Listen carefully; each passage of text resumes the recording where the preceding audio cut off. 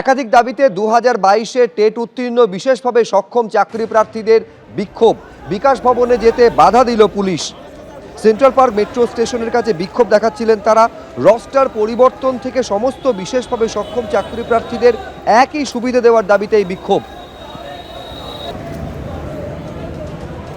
অবিলম্বে 100% রোস্টারে যে আর্টিকেল 32 সেটা আনরিজার্ভ পেয়েছে, যে 1% আমরা ন্যায্য অধিকার পাবো, সেটা করতে হবে আজই করতে হবে। সমাজ কল্যাণ দপ্তরের ম্যামের সঙ্গে দেখা করতে আসিনি, আমরা রোস্টার চেঞ্জ করতে এসেছি। আজ রোস্টার চেঞ্জ অবিলম্বে আমাদের আজ কথা হয়নি, আমাদের আগে 3-4 বার এসেছি, শুধু মৌখিক দিয়েছে কিন্তু কোনো কাজ হয়নি। রাত পোহালে প্রকাশিত হবে এসআইআর এর খসড়া ভোটার তালিকা। আগামীকাল বেলা 12টার আগেই এই এসআইআর এর ড্রাফট রোল অর্থাৎ খসড়া ভোটার তালিকা প্রকাশিত হতে চলেছে, যেখানে জানা যাবে যে কাদের নাম থাকলো আর কাদের নাম বাদ গেল। খসড়া তালিকায় 58,20,898 জনের নাম বাদ যেতে চলেছে, যার মধ্যে নিখোঁজ ভোটারের সংখ্যা 12,20,038, মৃত ভোটারের সংখ্যা 24,16,852। এই খসড়া তালিকায় স্থানান্তরিত ভোটার অর্থাৎ পার্মানেন্টলি স্থায়ীভাবে স্থানান্তরিত হয়েছেন এমন ভোটারের সংখ্যা 19,88,076 জন এবং খসড়া তালিকায় ভুয়ো ভোটার 1,38,328। আর একবার বলবো, খসড়া তালিকায় 58,20,898 জনের নাম বাদ যেতে চলেছে, যার মধ্যে নিখোঁজ ভোটারের সংখ্যা 12,20,038, মৃত ভোটারের সংখ্যা 24,16,852, স্থানান্তরিত ভোটারের সংখ্যা 19,88,076 এবং ভুয়ো ভোটার 1,38,328।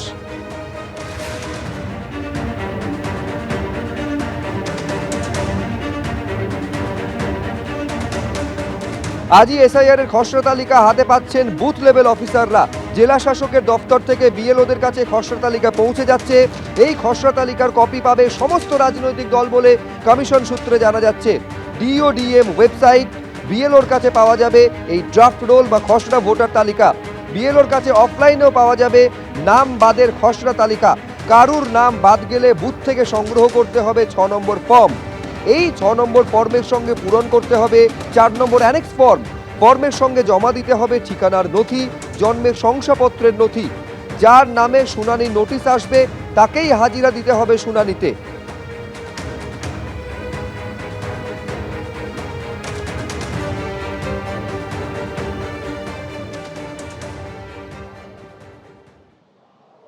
আর এরই মধ্যে বিএলও ঐক্যমঞ্চের তরফে দাবি করা হয়েছে যে আগামীকাল যে খসড়া ভোটার তালিকা প্রকাশিত হতে চলেছে সেখানে বাদ যাচ্ছে প্রায় 59 লক্ষ ভোটারের নাম। কালই প্রকাশিত হতে চলেছে এসআইআর এর খসড়া তালিকা, যেখানে বিএলও ঐক্যমঞ্চের তরফে এই দাবি করা হয়েছে। তাদের তরফ থেকে বলা হচ্ছে, বিএলও অ্যাপে দেখা যাচ্ছে খসড়া ভোটার তালিকা, মৃত, স্থানান্তরিত, ডুপ্লিকেট এবং ভুয়ো ভোটার মিলিয়ে সংখ্যাটা 59 লক্ষ যে নাম বাদ যেতে চলেছে, এমনটা দাবি বিএলও ঐক্যমঞ্চের।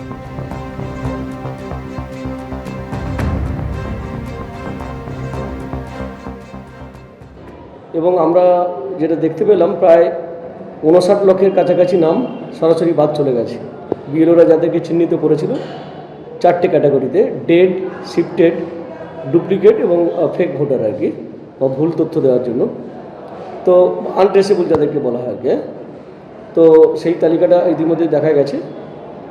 আশা করি কালকে সকালের মধ্যেই বেরিয়ে যাবে। যারা হিয়ারিংয়ে ডাক পাচ্ছে তাদের কাছে বিএলওদেরকে নোটিশটা পৌঁছে দিতে হবে এবং হিয়ারিং যখন শুরু হবে সেখানে যারা ভুল তথ্য দিয়েছে, বিশেষ করে নিজেদের প্রয়োজনীয়কে ব্যবহার করে, মানে নিজের প্রয়োজনীয় না অন্যের প্রয়োজনীয়কে ব্যবহার করে নিজেদের বলে দাবি করে, বা যারা অনেকে ফর্ম নিজেরা নেননি, স্থানীয় নেতারা ফর্মটা নিয়ে ফিল আপ করে দিয়েছে, তাদের ব্যাপারটা কীভাবে নির্বাচন কমিশন সমাধান করে সে ব্যাপারে আমরা তো শনিবার দিন ডেপুটেশন দিয়েছি। বিএলও ঐক্যমঞ্চের তরফে এই যে 59 লক্ষের নাম বাদ যেতে চলেছে ড্রাফট রোল থেকে বলে দাবি করা হয়েছে, তা নিয়ে রাজনৈতিক চাপানুতোর শুরু হয়েছে। বিজেপি এবং তৃণমূল কার কি বক্তব্য দেখব। কালকে বোঝা যাবে সংখ্যা বেরো, এখনই আর গল্প করে লাভ কি। আমি আপনার সঙ্গে 14 ফেব্রুয়ারি কথা বলবো। 14 ফেব্রুয়ারি 2026 কথা হবে, কালকে কথা হবে না। তো সবে সকাল ব্রেকফাস্ট হবে কালকে। লাঞ্চ হবে, তারপরে চা খাবে বিকালে, তারপর ডিনার হবে, তারপর তো 14 ফেব্রুয়ারি ওয়েবকাস্টিং ক্যামেরা না থাকলে সুষ্ঠুভাবে হতে পারে না, অন্তত সব ব্লকে হবে না। এখানে করে নেব, এখানে করতে এলে চামড়া তুলে দেবে পাবলিক, অন্য জায়গায় পারবে না, মারপিট করবে, কুচবিহারে করবে, সাউথ চব্বিশ পরগনা করবে। বিজেপি যা যা সুপারি দিয়েছে সেই অনুযায়ী ইলেকশন কমিশন আস্তে আস্তে কাজ এক্সিকিউট করেছে। বিজেপি নির্দেশ দিয়েছে, ইলেকশন কমিশন পালন করেছে। অর্থাৎ অতি সুন্দর, অতি মানে প্রফেশনাল একজন এক্সিকিউটরের মতো ইলেকশন কমিশন বিজেপির কাজগুলোকে এক্সিকিউট করে গেছে। মৃত ভোটার ন্যাচারালি যা বাদ আছে তালিকাতে, সেটা আপনারা যদি লোকসভার ভোটের পরে 1.5 বছরের হিসাবে অ্যাভারেজ দেখেন, তাহলে 9,000 করে মৃত ভোটার বাদ যাওয়ার কথা বছরের হিসাবে যা হয়, সেটা যদি আপনারা 294 দিয়ে গুণ করেন তাহলে 23 লাখের কাছাকাছি সংখ্যাটা দাঁড়ায়। এটা খুব একটা আনইউজুয়াল সংখ্যা নয়। পাশে তাদের সরকারের মতো করে যেভাবে দাঁড়ানো, সরকারের যা প্রসেস আছে থাকবেই।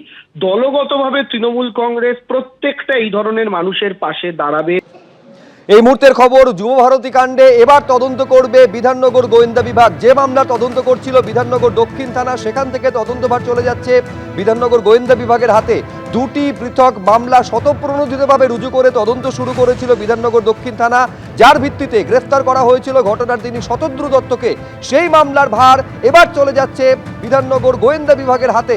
ময়ূক ঠাকুর চক্রবর্তী আমাদের প্রতিনিধি, আরো বিস্তারিত বলতে পারবেন এ নিয়ে। ময়ূক, দেখো, গত শনিবার দিন সল্টলেক স্টেডিয়ামে গোটা ঘটনা হয়। ঘটনার পর দুপুরবেলায় রাজ্য পুলিশের ডিজি যেমনটা জানান যে গোটা তারা মামলা রুজু করবেন, এবং তারপরে এডিজি ল অ্যান্ড অর্ডার রাজ্য পুলিশের জাভেদ শামীম তিনি নিজে বলেন যে যিনি চিফ অর্গানাইজার তিনি ডিটেন হয়েছেন এবং পরবর্তী ক্ষেত্রে তিনি অ্যারেস্টও হন কলকাতা বিমানবন্দর থেকে। এবং তাতে বিধাননগর সল্টলেক স্টেডিয়ামটা যেহেতু বিধাননগর দক্ষিণ থানার আওতাধীন, ঠিক সেই কারণেই পুলিশ বিধাননগর দক্ষিণ থানার যিনি ইন্সপেক্টর ইনচার্জ তিনি একটি সুও মোটো কমপ্লেন করেন, যে কমপ্লেনের ভিত্তিতে দুটো কেস হয়। একটা কেস হয় শতদ্রু দত্ত এবং যারা ইভেন্ট অর্গানাইজ করেছে তাদের এগেনস্টে, এবং আরেকটা কেস হয় যারা মাঠের মধ্যে ভ্যান্ডালিজম চালিয়েছে তাদের এগেনস্টে। দুটো মামলাতেই পুলিশ আধিকারিকরা বেশ কয়েকজনকে অ্যারেস্ট করেছেন। মেন মামলাতে শতদ্রু দত্ত তিনি ঘটনার দিনই সন্ধ্যাবেলার মধ্যে অ্যারেস্ট হয়ে গেছেন এয়ারপোর্ট থেকে, এবং আরেকটি মামলাতে অলরেডি 5 জন অ্যারেস্ট হয়েছেন। এরকম জায়গায় বিধাননগর দক্ষিণ থানা তদন্ত করছিল, কিন্তু যেটা বিধাননগর কমিশনারেট সূত্রে খবর যে ঘটনার গুরুত্বের কথা মাথায় রেখে বিধাননগর দক্ষিণ থানার থেকে এই গোটা ঘটনার তদন্তভার বিধাননগরের যে ডিটেকটিভ ডিপার্টমেন্ট ডিডি রয়েছে তারাই এরপর থেকে করবে। অর্থাৎ যে কেস ডায়েরি এতদিন বিধাননগর দক্ষিণ থানার আইসির কমপ্লেনের ভিত্তিতে যে কেস হয়েছিল সেটা বিধাননগর দক্ষিণ থানা থেকে ট্রান্সফার হয়ে বিধাননগর গোয়েন্দা পুলিশের হাতে চলে যাচ্ছে। এরপর থেকে এর তদন্তভার বিধাননগর গোয়েন্দা পুলিশ করবে। ধন্যবাদ ময়ূক। একেবারে ঘটনার দিন থেকে আপনারা জানেন যে পুলিশের ভূমিকা নিয়ে বারবার প্রশ্ন উঠতে শুরু করেছিল। পুলিশের নিষেধাজ্ঞাকে বুড়ো আঙুল দেখিয়ে কিভাবে জলের বোতল ভেতরে ঢুকেছিল এই প্রশ্ন সামনে এসেছিল। এই জল বিতর্কে এবার আজব সাফাই দিয়েছে পুলিশ। পুলিশের তরফ থেকে যেটা জানানো হয়েছে, সূত্র মারফত জানা যাচ্ছে যে রাতের অন্ধকারে পুলিশের নজর এড়িয়ে জলের বোতল এবং খাবার ঢোকানো হয়েছিল। সকালে নজর এলেও তখন আর বাধা দেওয়া হয়নি। যুবভারতী কাণ্ডে বিতর্কের মুখে এই আজব সাফাই দিয়েছে পুলিশ, সূত্র মারফত জানা যাচ্ছে। এখন প্রশ্ন হচ্ছে যে 8 বছর ধরে যুবভারতীতে জলের বোতল নিয়ে প্রবেশ নিষিদ্ধ ছিল। মেসি শোয়ের আগের দিন স্পষ্ট বিধাননগর পুলিশের তরফে সাংবাদিক বৈঠক করে জানিয়ে দেওয়া হয়েছিল যে জলের বোতল নিয়ে প্রবেশ নিষিদ্ধ। তারপরেও পুলিশের নজর এড়িয়ে কিভাবে ঢুকে গেল এত হাজারে হাজারে জলের বোতল, প্রশ্ন উঠতে শুরু করেছিল। তারই মাঝে পুলিশের এই আজব সাফাই যে পুলিশকে না জানিয়ে রাতের অন্ধকারে জল এবং খাবার ঢোকানো হয়েছিল, সকালে নজর এসেছিল কিন্তু তখন আর বাধা দেওয়া হয়নি।